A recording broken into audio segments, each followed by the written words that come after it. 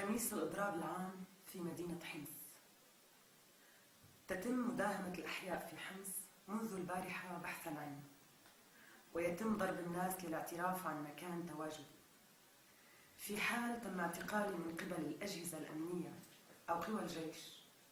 هناك احتمال أن يجبروني للخروج على قناة الدنيا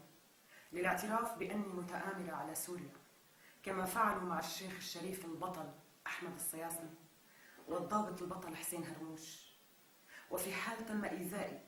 أو إيذاء أي فرد من أفراد عائلتي وبأي شكل من الأشكال، فأنا أحمل النظام وأجهزته الأمنية والشبيحة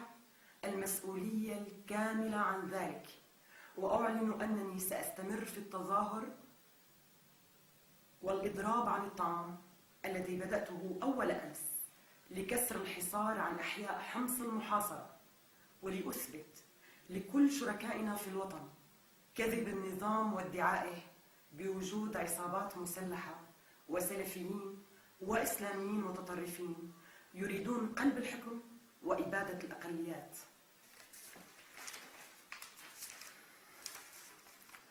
وأوصي الشعب السوري العظيم بأن يستمر بنضاله السلمي حتى إسقاط النظام وتحقيق الدولة المدنية الديمقراطية التي يحلم بها كل السوريين. وأدعوكم لتوحيد الصف والوقوف معا لإسقاط النظام الفاقد للشرعية منذ اللحظة التي عدل بها الدستور ليناسب استلام بشار الأسد الحكم في سوريا، لا لشيء إلا لأنه ابن الرئيس السابق. وأناشدكم اليوم وكل يوم للنزول إلى الشوارع والساحات معلنين العصيان المدني والإضراب عن الطعام، حتى سحب قوى الجيش والأمن من المدن والشوارع المنتفضة، والإفراج عن كل المعتقلين السياسيين ومعتقلي الرأي في سجون القمع، ولحقن دماء السوريين كافة.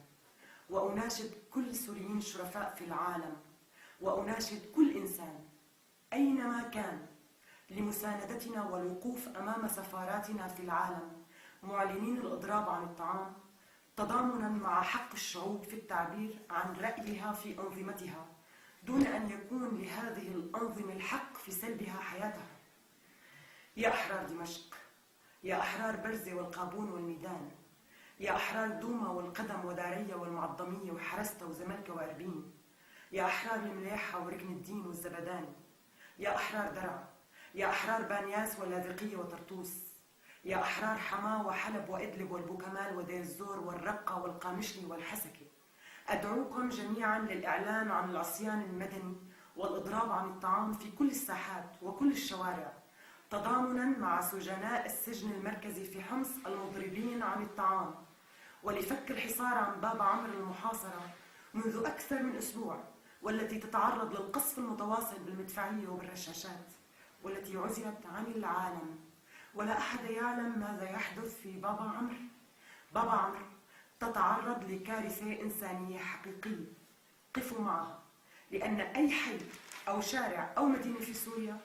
ليسوا بمنأى عما يحدث في بابا عمرو، ما دامت الجامعة العربية تعطي المهلة تلو الأخرى للنظام للاستمرار في قمع الشعب السوري وسلبه حريته وكرامته وحياته. والسلام كل السلام على سوريا وشعبها،